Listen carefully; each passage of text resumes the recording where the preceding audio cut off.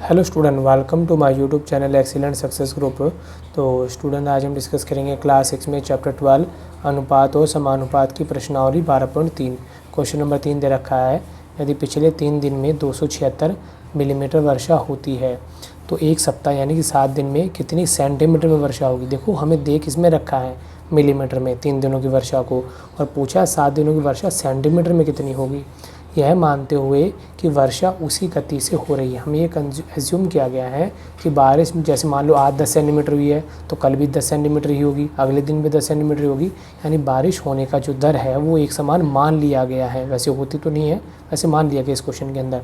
तो इनको करने का तरीका मैंने बताया था कि जो सबसे पहली लाइन में देखो क्या दे रखा है, दिन दे रखा है, तो आपको क्या लिखना है, दिन लिखना है। टेबल के थ्रू इन क्वेश्चन को करना है।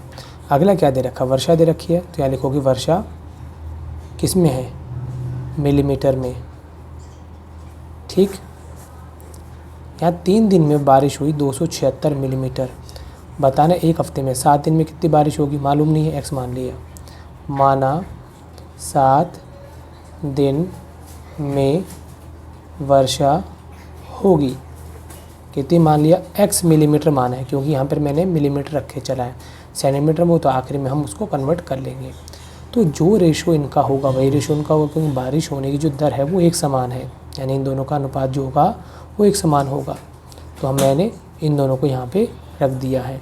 ठीक है, देखो दोनों के अंदर 3 का पूरा पूरा भाग जा रहा है। अगर आपको भाग जा रहा हो तो आपको भाग देना है। 3 दूनी 27, 3 दूनी 6, 7 बटे में एक्स। अब इनका क्रॉस मल्टीप्लाई, इसको इसके साथ, इसको इसके साथ मल्टीप्लाई कर देंगे। 1 को एक्स के साथ मल्टीप्लाई किया, 7 को 92 के साथ। 1x है, 1 लगाओ ना लगाओ कोई फ़र्क नहीं पड़ता है। 7 दूनी 14, हासिल 1, 7 में 63 और 1 64। तो हमारी जो बारिश हुई वो कितनी हुई, 644 मिलीमीटर में हुई। अब इसको हम सेंटीमीटर में कन्वर्ट करेंगे। 1 मिलीमीटर बराबर होता है 1/10 सेंटीमीटर की। ठीक है, तो इसको कन्वर्ट करने के लिए 644 में भाग देंगे 10 का, 1 0 है, डेसिमल हमारा 1 नंबर इधर चला जाएगा, 64.4 सेंटीमीटर। तो यानी कि 7 दिन में वर्षा 64.4 सेंटीमीटर होगी। क्लियर। इसी के साथ हमारा क्वेश्चन नंबर 3 यहाँ पे कंप्लीट होता है। अब डिस्कस करेंगे क्वेश्चन नंबर 4 को। क्वेश्चन नंबर 4 दे रखा, 5 किलो गेहूं का मूल्य 30 रुपये 50 पैसे है। 8 किलो गेहूं का मूल्य कितना होगा, 61 रुपये में कितना गेहूं खरीदा जा सकता है। यानी कि हम किसी दुकान पे जाते हैं तो गेहूं का रेट क्या होता है, फिक्स होता है। चाहे हम 1 किलो ले, मान लो 20 रुपये की आती है, 2 किलो लेंगे 40 की, 3 किलो लेंगे 60 की। तो यानी कि उसका जो मूल्य होता है वो एक समान रहता है। तो यहाँ पर इन सभी का मूल्य एक समान रहेगा प्रति किलो का। वो बात अलग है, जैसे हम क्वांटिटी बढ़ाएंगे वैसे वैसे उसका प्राइस भी बढ़ता रहेगा। तो यानी कि इनका जो अनुपात होगा वो एक समान ही होगा। करने का तरीका मैंने टेबल बोला है। सबसे पहले क्या दे रखा है, गेहूँ दे रखा है, यहाँ लिखेंगे गेहूँ इन किलोग्राम में। ठीक है, दूसरा कॉलम क्या दे रखा, मूल्य दे रखा है, यहाँ लिखेंगे मूल्य इन रुपीज़ में। क्लियर। तो सबसे पहले 5 किलो है 30 रुपये 50 पैसे का में दे रखे हैं। उसके बाद फर्स्ट पार्ट में क्या बोला, 8 किलो गेहूँ है तो गेहूँ में रखना आपको। 8 किलो गेहूँ कितने के आएंगे, मान लो एक्स के आएंगे। बी पार्ट में पूछा 61 रुपये में, रुपये है तो रुपये में रखना है। 61 रुपये में कितने गेहूँ आएंगे, मान लो वाई किलोग्राम गेहूँ आएंगे। 2 पार्ट बन गए, दोनों को अलग अलग लिख लेते हैं। अब बीच में मैं लाइन लिख लेता हूँ। मैंने मान लिया, माना 8 किलोग्राम गेहूँ x रुपये में आएंगे।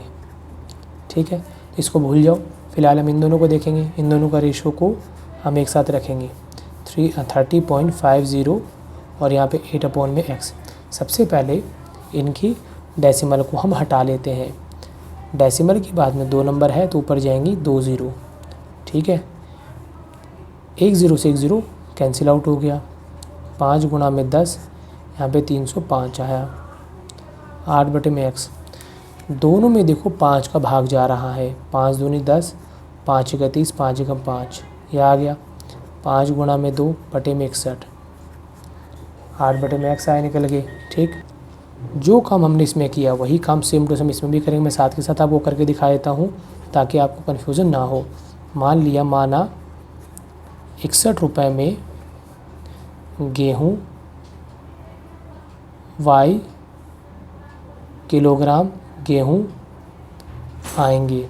ठीक है, मान लिया। तो यहाँ पे 5 बटे में 30.50 वाई अपॉन में 61 कर लिया। इतना स्टेप तो दोनों में सेम हो, क्योंकि मैं दोनों में इतना स्टेप सेम करके दिखाना चाहता हूँ ताकि आपको कोई कन्फ्यूज़न ना हो। ये डेसिमल वाला पार्ट है, इसलिए कई लोगों को मुश्किल लग सकता है। पॉइंट के बाद 2 नंबर है, वही काम होगा सेम टू सेम, ऊपर 2 जीरो जाएंगी। ठीक, जाने के बाद देखो 0 से 0 कट गया, 5 गुणा में 10 305। ठीक है, अब यहाँ पर दोनों में 5 का भाग जा रहा है, 5 दूनी 10, 5 का 30, 5 एकम 5, 5 गुणा में 2 बटे 61। देखो ये वाला पार्ट तो दोनों में सेम ही चला है, इसके बाद जाके दोनों डिफरेंट होना शुरू होंगे। 5 दूनी 10 बटे 61, दोनों को करेंगे क्रॉस मल्टीप्लाई। 10 को 1 से गुणा किया, 8 को 61 से गुणा किया, 10x, 8 एकम 8, 8 छके 48 आया। बीच में निशानी गुणा, 48 488, नीचे मल्टीप्लाई में तो डिवाइड में 1 जीरो है, डेसिमल हमारा 1 नंबर इधर चला जाएगा, 48.8। तो यानी कि 8 किलोग्राम जो गेहूँ है वो 48 रुपये। पॉइंट के बाद में 2 नंबर माने जाते हैं, तो पीछे 1 जीरो और लगा लेंगे। तो हम लिखेंगे 8 किलोग्राम गेहूँ का मूल्य 48 रुपये 80 पैसे होगा। ठीक है, ये हमने ए पार्ट लिख लिया।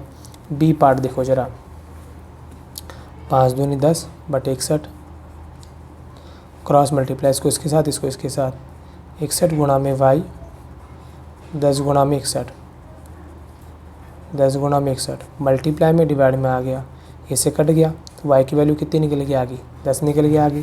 तो यानी कि 61 रुपये में कितने किलोग्राम गेहूँ खरीदे जा सकते हैं, 10 किलोग्राम। यहाँ पे 61 रुपये में 10 किलोग्राम गेहूँ खरीदे जा सकते हैं। और इसी के साथ हमारा क्वेश्चन नंबर 4 यहाँ पे कंप्लीट होता है। उम्मीद करता हूँ स्टूडेंट आपको क्वेश्चन समझ में आ गया होगा। अगर आपको वीडियो पसंद आए तो वीडियो को लाइक करें, शेयर करें, कमेंट करें और इस चैनल को ज़रूर सब्सक्राइब कर लें।